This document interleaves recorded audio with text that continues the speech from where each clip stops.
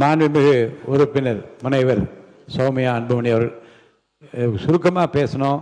நீங்கள் கொடுத்துருக்கிற அந்த கவனீர்ப்பு தீர்மான நகல் நான் வச்சுருக்கேன், அதை ஒட்டி மட்டும் பேசுங்க. மானிய கோரிக்கைகள் பேசுவதற்கு நிறைய வாய்ப்பு இருக்கிறது. அடுத்தடுத்து பொது விவாதம் இருக்குது. 1 மணி நேரம் இதுக்காக, இந்த ஒரு தீர்மானத்துக்காக இந்த பிரச்சனையினுடைய அவசியம் கருதி நான் அனுமதித்தேன்.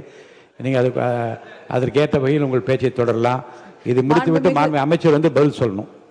மாண்புமிகு பேரவைத் தலைவர் அவர்களுக்கும், மாண்புமிகு முதலமைச்சர் அவர்களுக்கும், மாண்புமிகு சட்டமன்ற உறுப்பினர்கள் அனைவருக்கும் வணக்கத்தை தெரிவித்துக் கொண்டு, இந்த மேகேதாட்டு அணை கட்டக்கூடாது என்ற அந்த தீர்மானத்தில் பேச வாய்ப்பளித்ததற்கு நன்றியை தெரிவித்துக் கொள்கின்றேன். வருஷத்துக்கு 750 டிஎம்சி தண்ணீர் காவிரியில் வருகிறது என்பதுதான் ஒரு கணக்கு. அதில் கர்நாடகாவுக்கு 285 டிஎம்சி தான் அவங்களுக்கு உரிமை. தமிழ்நாட்டுக்கு 404 டிஎம்சிக்கு மேலே உரிமை இருக்கிறது. ஆனால் அது குறைஞ்சி பேச்சுவார்த்தையின் மூலமாக இன்னைக்கு 175.25 டிஎம்சி, பாண்டிச்சேரிக்கு 7 டிஎம்சி, கேரளாவுக்கு 30 டிஎம்சி. ஆனால் இந்த 175.25 டிஎம்சியை ஒரு மாதமும் ஒரு டைம் டேபிள் போட்டு அவங்க கர்நாடக அரசு நமக்கு தந்திருக்கணும். இது வரைக்கும் வரலாற்றிலே கிடையாது. அப்படி டைம் டேபிள் போட்டு இந்த மாதம் ஒரு 12 டிஎம்சி, அடுத்த மாதம் 32 டிஎம்சி தந்ததே கிடையாது. நமக்கு ஜூன் மாதம் 9.18 டிஎம்சி தண்ணீரை கர்நாடக அரசு நமக்கு திறந்து விட்டிருக்க வேண்டும். ஆனால் கடந்த ஜூன் மாதம், அதாவது இந்த 2026 2 மாசத்துக்கு முன்னாடி அவங்க திறந்து விட்ட தண்ணீருடைய அளவு 2 டிஎம்சி தான். ஜூலை மாசம் 31.24 டிஎம்சி தண்ணீர் திறந்து விட்டிருக்க வேண்டும். 1 டிஎம்சிக்கும் குறைவான தண்ணி தான் திறந்து விட்டுருக்கிறாங்க. அப்படின்னா அந்த சட்டத்தையோ தார்மீக நடவடிக்கையோ காவிரி ஆணையத்துடைய தீர்ப்பையோ உச்ச நீதிமன்ற தீர்ப்பை எதையுமே கர்நாடக அரசு மதிக்கவே இல்லை. இது வரைக்கும் அவங்க திறந்து விட்டதே இல்லை. நமக்கு அதனாலதான் குறுவை சாகுபடிக்கு பாதிப்பு ஏற்பட்டிருக்கு. குறுவை சாகுபடி பண்ண முடியல, அதனாலதான் விவசாயிகள் பாதிச்சிருக்கிறாங்க. இது எப்படி பார்க்கணும்னா, நமக்கு வர வேண்டிய தண்ணிய அவங்க கொடுக்கல. ஆனா எப்படி இந்த ஆடிப்பெருக்குல தண்ணி வந்தது? ஆடி 18 வந்து போச்சு. ஞாயிற்றுக்கிழமை எல்லாரும், திங்கக்கிழமை எல்லாம் சேலம் தருமபுரி மாவட்டங்கள் ஆடிப்பெருக்கு விழாவை கொண்டாடி இருக்காங்க. அந்த காவிரி தண்ணி எங்க வந்ததுன்னு யோசிக்கலாம். ஆனா அது காவிரி தண்ணி கர்நாடக அரசு நமக்காக கொடுத்த தண்ணி கிடையாது. கேரளால வயநாட்டுல பயங்கரமா மழை பெஞ்சுது. அந்த வெள்ள நீர், அதிகப்படியான அந்த வெள்ள நீரை தான் அவங்க கபினி அணையில தேக்கி வைக்கிறாங்க. அந்த தண்ணி கபினி டேம் ஃபில் ஆயிடுச்சு. ஃபில் ஆனதுனால வேற வழி இல்லாம தான் தண்ணி, உபரி நீர், வெள்ள நீர் தான் நமக்கு திறந்து விட்டுருக்காங்க. ஹாரங்கியில இருக்கிறதோ, ஹேமாவதியில இருக்கிறதோ, கேஆர்எஸ்ல இருக்கிற கிருஷ்ணராஜசாகர் டேம் தண்ணி அவங்க திறந்து விடல. அது முழுக்க கர்நாடக மாநிலத்தில் அந்த பெய்யக்கூடிய மழை, அந்த காவிரி நதி நீரை அதை தேக்கி வச்சுட்டாங்க. இது கேரளால இருந்து வர வேண்டிய தண்ணி தான் வேற வழி இல்லாம கபினி மூலமா நமக்கு வந்திருக்குது. அதனால அவங்க மனசு சட்டப்படி திறந்து வைக்கல, ஆணையத்தோட தீர்ப்பு படி திறந்து வைக்கல. அவங்க தண்ணி அதிகமான வெள்ள நீர் அவங்க ஊர்ல வந்துடக்கூடாதுன்னு தான் திறந்து வச்சிருக்கிறாங்க. இன்றைக்கு நம்மளுடைய சட்டமன்றத்தில் ராஜ்யசபா, அதாவது பாராளுமன்றம் நடந்து கொண்டிருக்கிறது. பாராளுமன்றம் நடந்து கொண்டிருக்கும் போது முக்கியமான 10 கேள்விகளை மருத்துவர் அன்புமணி ராமதாஸ் அவர்கள் இங்க மேலவே ராஜ்யசபால கேட்டிருக்கிறாரு. அந்த ஒரு கேள்விக்கு தான் அமைச்சர் பதில் சொல்லி இருக்கிறாங்க. முதல் மடை மாநிலம் கடைமடை மாநிலத்துக்கிடம் அனுமதி கேட்கணுமா, கேட்க கூடாதா, இல்ல கேட்டுட்டு இவங்க இந்த மேகேதாட்டு டேம் கட்டுறாங்களான்னு ஒரு கேள்வி எழுப்பியிருக்கிறாங்க. அப்பொழுதுதான் நாங்க அமைச்சர் பதில் சொல்லி இருக்கிறாரு. முதல் மடை மாநிலங்கள், அதாவது இந்த கடைமடை மாநிலங்களான தமிழ்நாடு போல மாநிலங்கள் கிட்ட முதல் மடை மாநிலங்கள் அனுமதி கோர தேவையில்லை என்ற ஒரு தகவலை டெல்லியில அந்த அமைச்சர் சொல்லி இருக்கிறாங்க. இந்த கேள்வியை கேட்டதே மருத்துவர் அன்புமணி அவர்கள் தான் ராஜ்யசபால. அடுத்த கேள்விக்கு அடுத்த நாள் இன்னொரு அமைச்சர் பதில் சொல்றாங்க. அந்த கேள்வி என்னன்னா, detail project report for Mekedatu dam, அதற்கு இந்த உச்ச நீதிமன்றமோ இல்ல பாராளுமன்றம் அனுமதி கொடுத்திருக்குதா, நீர்வளத்துறை அமைச்சர்கள் அனுமதி கொடுத்திருக்கிறார்களா அப்படி என்ற கேள்வியை மருத்துவர் அன்புமணி ராமதாஸ் அவர்கள் எழுப்புகிறார்கள். அந்த கேள்விக்கு தான் நீர்வளத்துறை அமைச்சர், மத்திய அரசு நீர்வளத்துறை இணையமைச்சர் பதில் சொல்லியிருக்கிறாரு. அப்படிப்பட்ட விரிவான தகவல் அறிக்கை டிபிஆருக்கு எந்த அனுமதியும் பாராளுமன்றம் தரவில்லை. அமைச்சகம் தரவில்லை என்ற பதிலை சொல்லியிருக்கிறாங்க. இந்த கேள்விகளை கேட்டு பதிலை பெற்றதே மருத்துவர் அன்புமணி அவர்கள் தான். அப்படி இருக்கும்பொழுது அவருடைய சஜஷன் என்ன? அனைத்து கட்சி கூட்டத்தை கூட்டுங்க, ஒரு ஒற்றுமையான ஒரு நிலையை எடுத்துட்டு போய் நம்ம டெல்லியில போய் பார்க்கணும் என்ற அந்த சஜஷன் தான். இன்னும் ஒரு முக்கியமான விஷயம், சட்ட முன்னெடுப்புகளை நாம கண்டிப்பாக செய்ய வேண்டும் மாண்புமிகு பேரவைத் தலைவர் அவர்களே. ஏனென்றால் மேகேதாட்டு டேம் எங்க கட்ட போறாங்க தெரியுங்களா? நம்ம தமிழ்நாடுல இருந்து 4 கிலோமீட்டர் தூரம். இந்த மத்த பிச்சை டேம்லாம் எங்கேயோ தள்ளி 200 கிலோமீட்டர் 300 கிலோமீட்டர் தூரத்தில் இருக்குது. கர்நாடக அரசு proposed site for construction of Meketatu dam is just 4 kilometers away from our state Tamil Nadu. 4 kilometre Krishnagiri Dharmapuri பார்டர்லயே 4 கிலோமீட்டர் கட்டுறாங்க. எதுக்கு கட்ட போறாங்க? ஒரு சொட்டு தண்ணி கூட தமிழ்நாட்டுக்கு வரக்கூடாது. வரக்கூடிய அத்தனை தண்ணியும் எல்லா டேம்லயும் சேர்த்து வச்சுட்டு மேகேதாட்டுல 70 TMC தண்ணியை புடிச்சு வச்சுக்கிட்டு ஒரு சொட்டு நீர் கூட தமிழ்நாட்டுக்கு வரக்கூடாது என்பதற்காக தான் தமிழ்நாட்டுக்கு மிக அருகில் டேம் கட்டுறாங்க. அந்த மேகேதாட்டு டேம் கட்டினாங்கன்னா 3 வனவிலங்கு சரணாலயங்கள் அந்த டேம் கீழே போயிடும். 12,500 ஏக்கர் காடுகள் அழிந்துவிடும். புலிகள் சாங்சுவரி இருக்கு, பிலிகிரி ரங்கநாத சுவாமி கோவிலுடைய புலிகள் காப்பகம் இருக்கிறது, காவேரி வைல்ட் லைஃப் சாங்சுவரி இருக்கிறது, அதே சமயம் மாதேஸ்வரன் மலை சாங்சுவரி, அத்தனை வனவிலங்கு சரணாலயம் இருக்கக்கூடிய நீர்வேம்பு நீர் மருந்து மரங்கள் 700 வருஷம் பழமையான மரங்கள்லாம் தண்ணியில போயிடும். நீர்நாய், சாம்பல் நீர் ஆட்டர்ஸ், அப்புறம் மகாசீர்னு மயில் கண்டடி மீனுங்க, 4 கொம்பு மானு எல்லாமே அழிஞ்சிரும். இதெல்லாம் அழிச்சிட்டு தான் மேகேதாட்டு டேம் கட்ட போறாங்க. சுற்றுச்சூழல் பாதிப்பு மிகப்பெரிய அளவில் இருக்கும். இதற்காக சுற்றுச்சூழல் கேஸை நம்ம நிறைய போட்டு இந்த டேமை கட்ட விடாம நம்ம தடுத்தணும். 2 ஆப்ஷன் தான் தலைவர் அவர்களே. ஒன்னு மேகேதாட்டு டேம் கட்டணும், இல்ல மேகேதாட்டு டேம் கட்டக்கூடாது. இதுல நடுவுல என்ன முயற்சி? we don't need the dam, அவ்வளவுதான். no dam, no need of the dam. இதுக்கு நடுவுல முயற்சி என்ன இருக்கு? அந்த முயற்சியே தேவையில்லைங்கிற. மேகேதாட்டு டேம் கட்டக்கூடாது, அவ்வளவுதான். இதுல நடுவுல இந்த நான் முயற்சி பண்றதுல தேவையில்லாத ஒரு விஷயம். அனைத்து கட்சியை கூட்டத்தை கூட்டி கண்டிப்பாக ஒரு ஒத்த முடிவோட நம்ம டெல்லிக்கு போக வேண்டும் என்பதுதான் பாட்டாளி மக்கள் கட்சியின் கோரிக்கை. மிக்க நன்றி. மாண்புமிகு நீர்வளத்துறை அமைச்சர் அவர்கள்.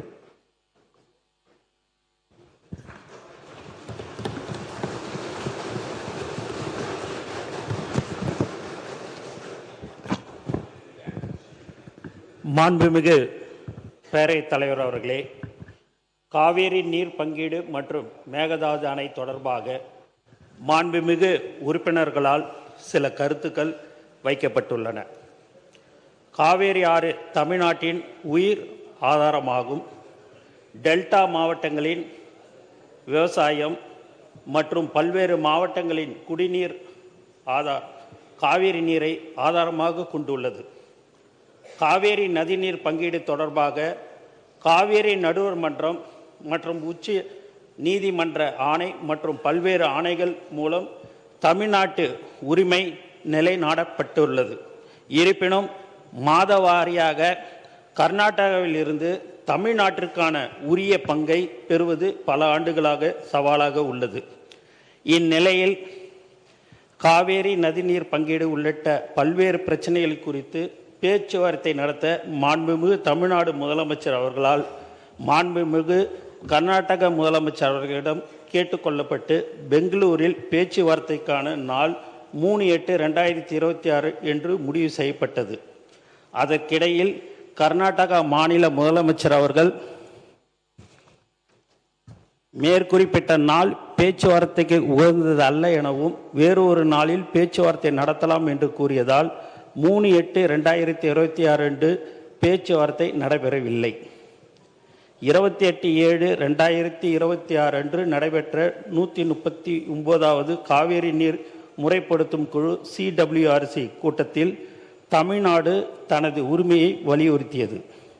நீரியல் மற்றும் வானிலை நிலவரங்களை ஆய்வு செய்த பின்னர் 29/7/2026 முதல் 12/8/2026 வரை பில்லுகுண்டுவில் வினாடிக்கு 3500 கனஅடி வீதம் மொத்தம் 4.536 TMC நீர் கிடைப்பதை உறுதி செய்யும் வகையில் கிருஷ்ணராஜா சாகர் மற்றும் கபினி அணையிலிருந்து நீரை திறந்துவிடுமாறு கர்நாடக அரசுக்கு காவேரி நீரை முறைப்படுத்தும் குழு அறிவுறுத்தியது. ஆனால் கர்நாடகா அறிவுறுத்தப்பட்டபடி நீரை அளித்தாலும் பற்றாக்குறை காலத்திற்கான விகிதாசார பங்கீட்டில் 5.379 டிஎம்சி அளவு பற்றாக்குறை பேக்லாக் இருக்கும் என்பதை தமிழ்நாடு சுட்டிக்காட்டியது. இருப்பினும் 30/7/2026 அன்று நடைபெற்ற காவேரி நீர் மேலாண்மை ஆணையத்தின் CWMA 54வது கூட்டத்தில் குழுவின் முடிவை ஆணையம் உறுதி செய்தது.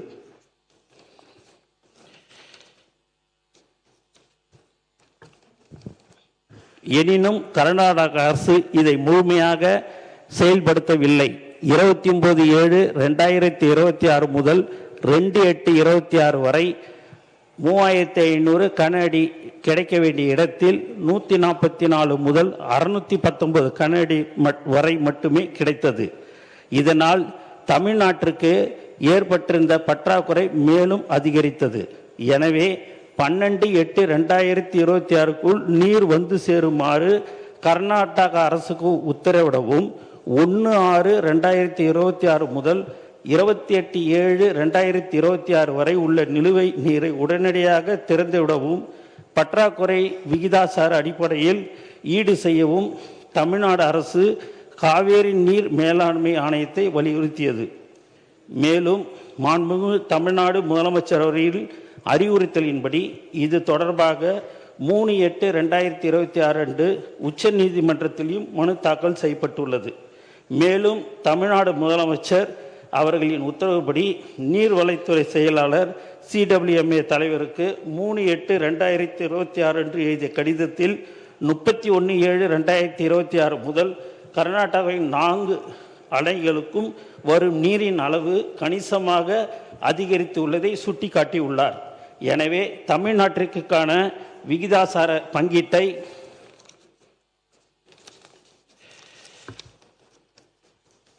மறு ஆய்வு செய்யும் 12/8/2026க்குள் 26.534 டிஎம்சி நீர் வந்து சேரும் வகையில் கிருஷ்ணராஜ சாகர் மற்றும் கபினி அணைகளிலிருந்து நீரை விடுவிக்க கர்நாடகாவிற்கு உத்தரவிடவும் அவர் கோரிக்கை விடுத்துள்ளார். மேலும் CWCR-இடமும் 5/8/2026 அன்று தமிழ்நாடு அரசு இதே கோரிக்கையை முன்வைத்துள்ளது. மேட்டூர் அணை தொடர்பாக இந்த ஆண்டு ஜூன் மாதத்தில் நிலவிய குறைவான நீர்வரத்து காரணமாக வழக்கம் போல் ஜூன் 12 அன்று பாசனத்திற்கான அணையை திறக்க இயலாத நிலை ஏற்பட்டது. அந்த சூழ்நிலையில் குடிநீர் தேவைக்கு முன்னுரிமை அளித்து மேட்டூர் அணை மிகுந்த கவனத்துடன் நிர்வகிக்கப்பட்டது. 2026-27 ஆண்டு தென்மேற்கு பருவமழை 4/6/2026 அன்று தொடங்கிய போதிலும் ஆரம்ப கட்டத்தில் கர்நாடக அணைகளின் நீர்பிடிப்பு பகுதிகளில் மழைப்பொழிவு வழக்கத்தை விட மிகவும் குறைவாக இருந்தது. இதன் காரணமாக காவேரி நீர்வரத்தும் குறைந்தது. மேட்டூர் அணையின் நீர் இருப்பு வழக்கமாக ஜூன் 12 அன்று பாசனத்திற்கு திறக்க வேண்டிய அளவிற்கு இல்லை. ஒரு முறை அணை திறக்கப்பட்டால் பாசனத்திற்கு தேவையான தண்ணீரை தடையடைந்து தொடர்ந்து வழங்க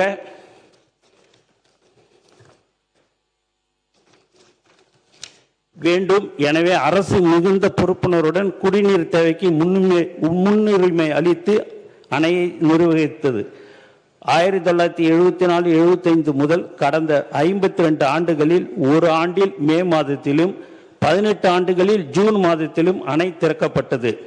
நீர் பற்றாக்குறை நிலவிய வறட்சி ஆண்டுகளில் மேட்டூர் அணை 16 ஆண்டுகளில் ஜூலை மாதத்திலும் 11 ஆண்டுகளில் ஆகஸ்ட் மாதத்திலும் 3 ஆண்டுகளில் செப்டம்பர் மாதத்திலும் 2 ஆண்டுகளில் அக்டோபர் மாதத்திலும் மேலும் ஒரு ஆண்டில் நவம்பர் மாதத்திலும் 1987 திறக்கப்பட்டது.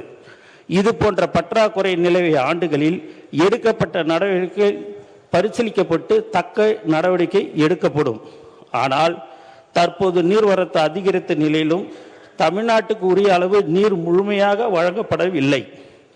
6/8/2026 காலை நிலவரப்படி தமிழ்நாடு பெற்றுள்ள மொத்த நீர் 4.947 டிஎம்சி மட்டுமே.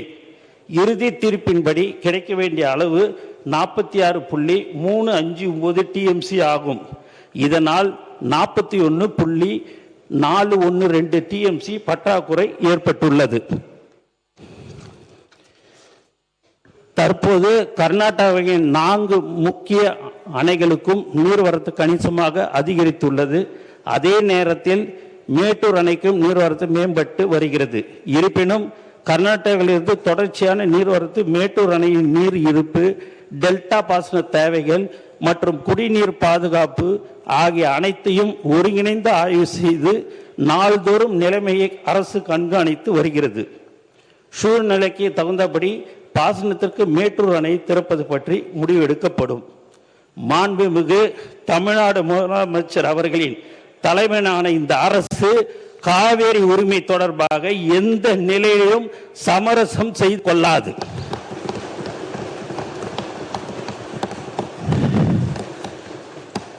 சட்ட ரீதியாகவும், தொழில்நுட்ப ரீதியாகவும், நிர்வாக ரீதியாகவும் தேவையான அனைத்து நடவடிக்கைகளையும் இந்த அரசு தொடர்ந்து மேற்கொண்டு வருகிறது.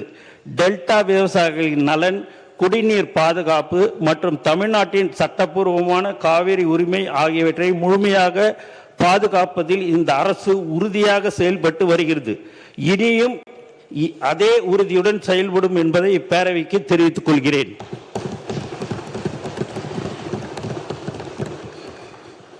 ஏற்கனவே காவேரி நீர் பங்கீடு தொடர்பாகவும் மற்றும் மேகதாது அணை தொடர்பாகவும் தமிழ்நாடு அரசின் நிலைப்பாட்டை மாண்புமிகு தமிழ்நாடு முதலமைச்சர் அவர்கள் நேரடியாக 27/5/2026 மற்றும் 16/6/2026 தேதிகளிலும் மற்றும் பல கடிதங்கள் வாயிலாகவும் மாண்புமிகு இந்திய பிரதமர் அவர்களை வலியுறுத்தி உள்ளார்கள். 25/5/2026 அன்று உயர்மட்ட ஆலோசனை கூட்டம் நடத்தி மேகதாது திட்டத்தை தடுக்க அடுத்த கட்ட சட்ட நடவடிக்கைகள் குறித்து விரிவாக ஆலோசனை மேற்கொண்டார்.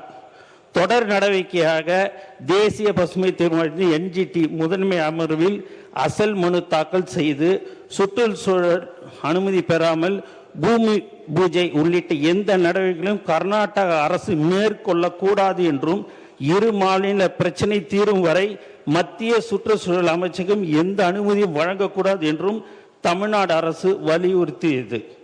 19/6/2026 அன்று கர்நாடக அரசு தன்னிச்சையாக காவேரி நதியின் குறுக்கே மேகதாதுவில் அணை கட்ட முயற்சிக்கும் செயலுக்கு எதிர்ப்பு தெரிவித்தும் கர்நாடக அரசு மேகதாது அணை திட்டத்துக்கு தொழில்நுட்பம் மற்றும் சுற்றுச்சூழல் உட்பட எவ்வித அனுமதியும் அளிக்கக்கூடாது என ஒன்றிய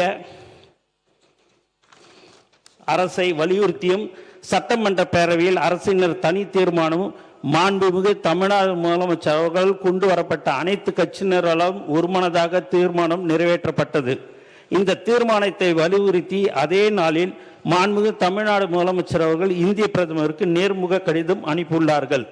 மேலும் மேகதாது அணை கட்டுவது தொடர்பாக முழுமையான விவரங்கள் இல்லாமல் மாநிலங்களில் 27/7/2026 அன்று மாண்புமிகு ஒன்றிய ஜல்சக்தி துறை இணை அமைச்சர் அவர்கள் 16/2/2018 நாளிட்ட மாண்புமிகு உச்சநீதிமன்ற தீர்ப்பில் காவேரியின் கீழ்ப்படுக்கை மாநிலங்களின் ஒப்புதலை கர்நாடக அரசு பெற வேண்டும் என்று வெளிப்படையாக குறிப்பிடப்படவில்லை என தெரிந்ததை அடுத்து 28/7/2026 அன்று மாண்பு தமிழ்நாடு முதலமைச்சர் அவர்கள் மாண்பு இந்திய பிரதமருக்கு எழுதிய நேர்முக கடிதத்தில் காவேரி நடுவர் மன்றத்தின் இறுதி தீர்ப்பு மற்றும் மாண்புமிகு உச்ச நீதிமன்ற தீர்ப்பினை தொடர்புடைய விதிகளை மேற்கோள் காட்டி அத்திட்டத்திற்கு எந்தவித சட்டப்பூர்வமான அல்லது நிர்வாக அனுமதியும் வழங்க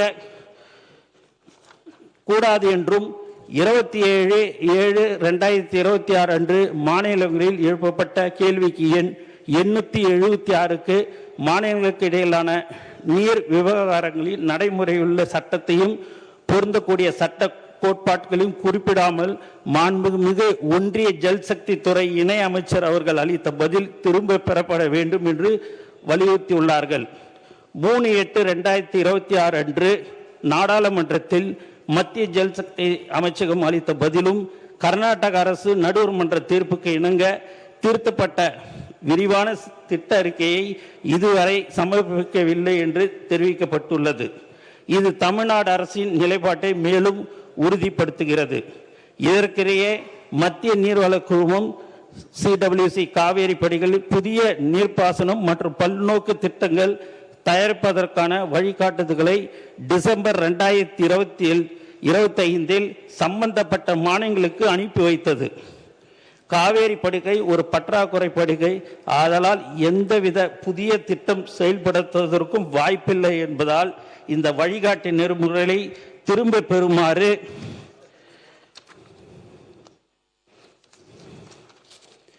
மத்திய நீர்வள குழுமத்தையும் மத்திய ஜல்சக்தி அமைச்சகத்தையும் கேட்டுக்கொண்டது. இருப்பினும் அந்த வழிகாட்டு நெறிமுறைகளை திரும்ப பெறாததால் கர்நாடக அரசு இவற்றை பயன்படுத்தி புதிய திட்டம் தயாரிக்க வாய்ப்புள்ளதால் மாண்புமிகு தமிழ்நாடு முதலமைச்சரின் உத்தரவுப்படி தமிழ்நாடு அரசு 3/8/2026 அன்று மாண்புமிகு உச்ச நீதிமன்றத்தில் இந்த வழிகாட்டு நெறிமுறைகளை திரும்ப பெறுமாறு மத்திய நீர்வள குழுமத்துக்கு உத்தரவிடக் கோரி ஒரு ரிட்டு மனு தாக்கல் செய்துள்ளது. எனவே காவேரி நதிநீர் பங்கீட்டு மற்றும் கர்நாடக அரசு மேகதாது அணை கட்ட மேற்கொண்டு வரும் முயற்சிகளை தடுப்பது உள்ளிட்ட முக்கிய பிரச்சனைகளில் மாண்புமிகு தமிழ்நாடு முதலமைச்சர் அவர்களான தலைமையிலான தமிழக வெற்றி கழக அரசு உரிய கவனம் செலுத்தி தமிழ்நாட்டின் உரிமையை சிறிதும் விட்டு கொடுக்காமல் தொடர்ந்து நடவடிக்கை மேற்கொண்டு வருகிறது என்ற விவரத்தை இந்த மாமன்றத்துக்கு மாண்பு மேயர் தலைவர் அவர்கள் வாயிலாக தெரிவித்துக் கொள்கிறேன். மாண்புமிகு வேளாண்மை உழவர் நலத்துறை அமைச்சர் அவர்கள்.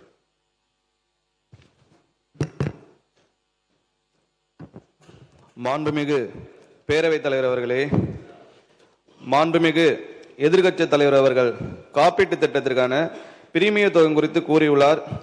பயிர் காப்பீட்டு திட்டத்தில் சாகுபடி செய்யப்படும் அனைத்து பயிர் பரப்பையும் பயிர் காப்பீட்டு திட்டத்தின் கீழ் கொண்டு வருவதில் இவ்வரசு முனைப்போடு செயல்பட்டதால் நடப்பு குறுவை பருவத்தில் 3.98 லட்சம் ஏக்கர் நெற்பயிர் 1.34 லட்சம் விவசாயிகளால் காப்பீடு செய்யப்பட்டுள்ளது.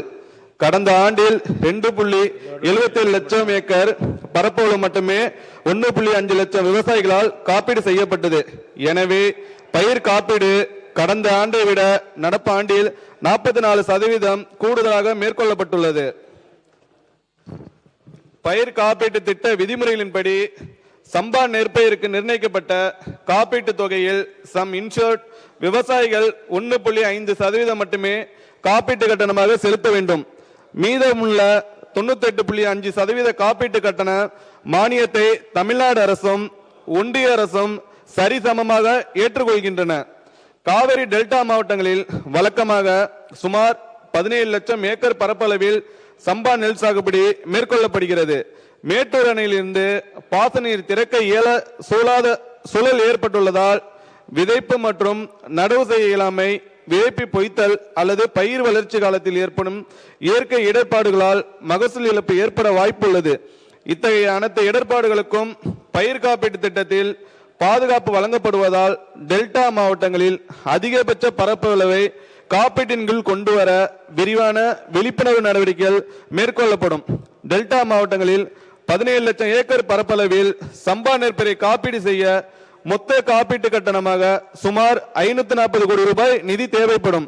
2026-27 ஆண்டில் நிர்ணயம் செய்யப்பட்ட காப்பீட்டு தொகைக்கு விவசாயிகள் ஏக்கர் ஒன்றிற்கு அதிகபட்சமாக 1.5% மட்டுமே காப்பீட்டு கட்டணமாக செலுத்த வேண்டும்.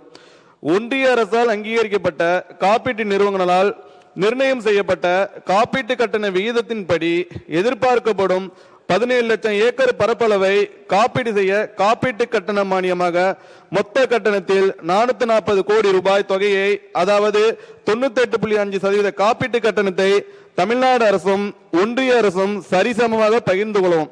எனவே இத்திட்டத்தில் விவசாயிகள் மிக குறைந்த அளவிலான காப்பீட்டு கட்டணத்தை மட்டுமே செலுத்துகின்றனர்.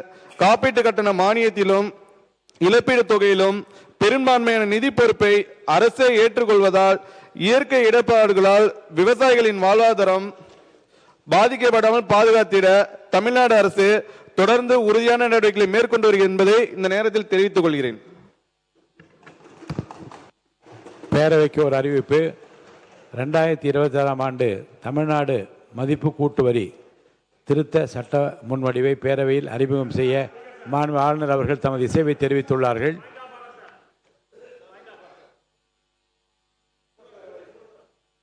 பேரவை விதி 32 கீழ் ஒவ்வொரு நாளும் பேரவை கூடுகின்ற பொழுது முதல் 1 மணி நேரம் வினாக்கள் விடைகளுக்கு ஒதுக்குவது வழக்கம். அதை ஒத்திவைக்க வேண்டும் என்று சொன்னால் அதற்கு முந்தைய நாள் அவை முன்னவர் அவர்கள் தீர்மானம் கொண்டு வந்து அவையில் நிறைவேற்றப்பட்டால் தான் ஒத்திவைக்கப்பட வேண்டும். ஆனால் இன்றைக்கு முதல் 1 மணி நேரத்தில் அந்த வினாக்களுடைய நேரம் தள்ளி வைக்கப்பட்டிருக்கிறது, கொண்டு வரப்படவில்லை. அதற்கு என்ன காரணம் என்பதை தங்கள் பாகமாக வருகிறது. ஏற்கனவே அலுவல் ஆய்வு குழுவில் இந்த பிரச்சனை குறித்து விவாதிக்கப்பட்டது. வினாக்கள் விடைகள் நேரத்தில் வினாக்களுக்கு தகுந்த பதில் துறைகளிடமிருந்து வரவில்லை என்றால் வினாக்கள் விடைகள் நேரம் இல்லாமல் மற்ற பணிகளுக்காக அது ஒதுக்கப்படும் என்ற முடிவு அலுவல் ஆய்வு குழு கூட்டத்தில் எடுக்கப்பட்டு விட்டது. அந்த அடிப்படையில் இது நடைபெற்றுக் கொண்டிருக்கிறது. மாண்புமிகு அரசின் சட்ட முன்வடிவு அறிமுகம் செய்தல் 2026ஆம் ஆண்டு தமிழ்நாடு மதிப்பு கூட்டு வரி திருத்த சட்ட முன்வடிவு மாண்புமிகு வணிக வரி மற்றும் பதிவுத்துறை அமைச்சர் அவர்கள். மாண்புமிகு பேரவைத் தலைவர் அவர்களே, 2026ஆம் ஆண்டு தமிழ்நாடு மதிப்பு கூட்டு வரி திருத்த சட்ட முன்வடிவை பேரவைக்கு அறிமுகம் செய்ய அனுமதி கோருகிறேன். மாண்புமிகு வணிக வரி மற்றும் பதிவுத்துறை அமைச்சர் அவர்களின் தீர்மானம் பேரவையின் முடிவுக்கு விடப்படுகிறது. ஏற்போர் ஆம் என்க, மறுப்போர் இல்லை என்க. ஏற்போரே அதிகம் என்று கருதுகிறேன். ஏற்போரே அதிகம்.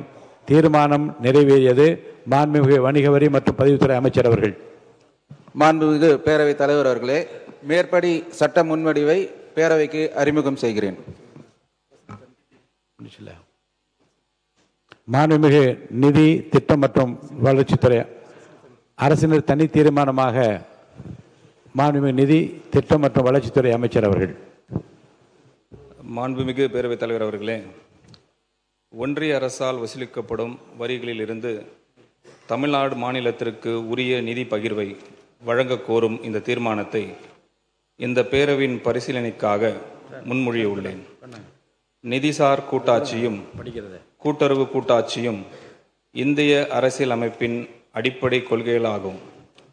ஒவ்வொரு மாநிலமும் அதன் வரி பங்களிப்பு மற்றும் வளர்ச்சி தேவைகளுக்கு ஏற்ப ஒன்றிய வரிகளிலிருந்து நியாயமான மற்றும் சமமான பங்கை பெற வேண்டும் என்ற நியாயமான எதிர்பார்ப்பை இந்த தீர்மானம் வலியுறுத்துகிறது.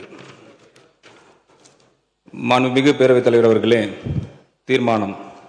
இந்த பேரவை இந்திய அரசியல் அமைப்பு சட்டத்தில் வலியுறுத்தப்பட்டுள்ள நிதிசார் கூட்டாட்சி கொள்கைகளை நினைவு கூர்ந்தும் மாநிலங்கள் தங்களது அரசியல் அமைப்பு சார்ந்த பொறுப்புகளை திறம்பட நிறைவேற்றுவதற்கு நியாயமான மற்றும் சமமான நிதி பகிர்வை முறையை இன்றியமையாது என்பது உணர்ந்தும் தமிழ்நாடு மாநிலம் தொடர்ச்சியான பொருளாதார வளர்ச்சி, தொழில் முன்னேற்றம், ஏற்றுமதி, சிறந்த நிதி மேலாண்மை மற்றும் ஒன்றிய அரசால் வசூலிக்கப்படும் வரிகளுக்கு குறிப்பிடத்தக்க அளவில் பங்களிப்பு செய்ததன் மூலம் தேசிய பொருளாதாரத்திற்கு தொடர்ந்து முக்கிய பங்களிப்பை வழங்கி வருவதை கவனத்தில் கொண்டும், மேலும் மத்திய வரிகளின் பகிர்வு என்பது சமத்துவம், சம உரிமை, நிதி முயற்சி, நல்லாட்சி திறன் மற்றும் மாநிலங்களின் வளர்ச்சி தேவைகள் ஆகிய கொள்கைகளின் அடிப்படையில் அமைய வேண்டும் என்பதையும், மக்கள் தொகை கட்டுப்பாடு மற்றும் மனிதவள மேம்பாட்டில் சிறப்பாக செயல்பட மாநிலங்கள் எந்தவித பாதக நிலையிலும் வைக்கக்கூடாது என்பதையும் கருத்தில் கொண்டு இந்த பேரவை ஒன்றிய அரசை பின்வருமாறு வலியுறுத்தி தீர்மானிக்கிறது. இந்திய அரசியல் அமைப்பின் நிதிசார் கூட்டாட்சி கொள்கைகள் சமத்துவம் மற்றும் நியாயம் ஆகியவற்றுக்கு இணங்க ஒன்றிய அரசுக்கு செலுத்தப்படும் வரிகளிலிருந்து தமிழ்நாடு மாநிலத்திற்கு உரிய நிதி பகிர்வை உறுதி செய்ய வேண்டும். மாநிலங்களின் பொருளாதார பங்களிப்பு, நிதி முயற்சி, நல்லாட்சி திறன் மற்றும் வளர்ச்சி தேவைகளை உரிய முறையில் அங்கீகரிக்கும் வகையில் மத்திய வரிகளின் பகிர்வு வெளிப்படையான, புறநிலை அற்ற மற்றும் சமமான நடைமுறையை பின்பற்ற வேண்டும். இன்று முத்தமிழறிஞர் கலைஞர் அவர்களுடைய நினைவு நாள். மாநில சுயாட்சி கொள்கைகளுக்காகவும் மாநில உரிமைகளுக்காகவும் தன்னுடைய வாழ்நாளெல்லாம் போராடிய அந்த மகத்தான தலைவர் துயிலும் இடம் நோக்கி நான் தொழுது வணங்குகிறேன். பேரவைத் தலைவர் அவர்களே, அரசின் சார்பாக கொண்டு வரப்பட்டுள்ள இந்த தீர்மானத்தை கழகத்தினுடைய சார்பில் வரவேற்கக்கூடிய அதே வேளையில் மிக முக்கியமானதொரு திருத்தத்தையும் நான் முன்மொழிய கடமைப்பட்டிருக்கிறேன். நம்முடைய மாண்புமிகு நிதியமைச்சர் அவர்கள் கொண்டு வந்திருக்கக்கூடிய இந்த தீர்மானத்தின் 4வது பத்தியில் முதல் தீர்மானம் கீழ்கண்டவாறு அமைந்திட வேண்டும் என்ற திருத்தத்தை நான் முன்மொழிகிறேன். இந்திய அரசியலமைப்பின் நிதிசார் கூட்டாட்சி கொள்கைகள் சமத்துவம் மற்றும் நியாயம் ஆகியவற்றுக்கு இணங்க ஒன்றிய அரசுக்கு செலுத்தப்படும் வரிகளின் மூலம் மாநிலங்களுக்கு ஒன்றிய அரசால் பகிர்ந்து அளிக்கப்படக்கூடிய வரி தொகுப்பிலிருந்து மாநிலங்களுக்கு 50% நிதி பகிர்வினையும் அதனை ஒட்டி தமிழ்நாடு மாநிலத்திற்கு உரிய நிதி பகிர்வினையும் உறுதி செய்ய வேண்டும் என்கின்ற இந்த திருத்தத்தை நான் இங்கே முன்மொழிய கடமைப்பட்டிருக்கிறேன். காரணம், இந்த அவையிலே கொண்டு வரப்பட்டிருக்கக்கூடிய தீர்மானம் அதனுடைய வடிவில் பொதுப்படையாக ஜெனரிக்காக இருக்கிறது. எனவே நாம் 16வது நிதிக்குழுவின் முன்பு நம்முடைய அரசின் சார்பாக ஏற்கனவே தெரிவித்திருக்கக்கூடிய கருத்துக்களின் மற்றும் அரசினுடைய நிலைப்பாட்டின் அடிப்படையில் நிதி பகிர்வு என்பது 50% மாநிலங்களுக்கு இருக்க வேண்டும் என்றும் அது குறிப்பாகவும் வெளிப்படையாகவும் ஸ்பெசிபிக் அண்ட் எக்ஸ்பிளிசிட்டாகவும் இருக்க வேண்டும் என்ற வகையில் நான் இந்த திருத்தத்தை முன்மொழிந்து அந்த திருத்தம் ஏற்றுக்கொள்ளப்பட வேண்டும் என்று நான் வலியுறுத்த கடமைப்பட்டிருக்கிறேன். பேரவைத் தலைவர் அவர்களே, இந்த பேரவையிலே கொண்டு வரப்பட்டிருக்கக்கூடிய இந்த தீர்மானம் தமிழ்நாட்டிற்கான நிதி எவ்வளவு கிடைக்கிறது அல்லது எவ்வளவு கிடைக்கவில்லை என்பதை குறித்த விவாதம் மட்டுமல்ல, மாறாக இது இந்திய கூட்டாட்சி தத்துவத்தினுடைய எதிர்காலத்தை பற்றியதொரு விவாதத்திற்கான தீர்மானமாகவும் அமைந்திருக்கிறது. நாம் இழந்திருக்கக்கூடிய உரிமைகள் குறித்த விவாதமாக இந்த விவாதம் அமைந்திருக்கிறது. மாநில அரசினுடைய உரிமைகளுக்கும் ஒன்றிய அரசுக்கும் இடையில் இருக்கக்கூடிய இந்த பொறுப்புகளுக்குமான இடையேயான சமநிலை குறித்த விவாதமாக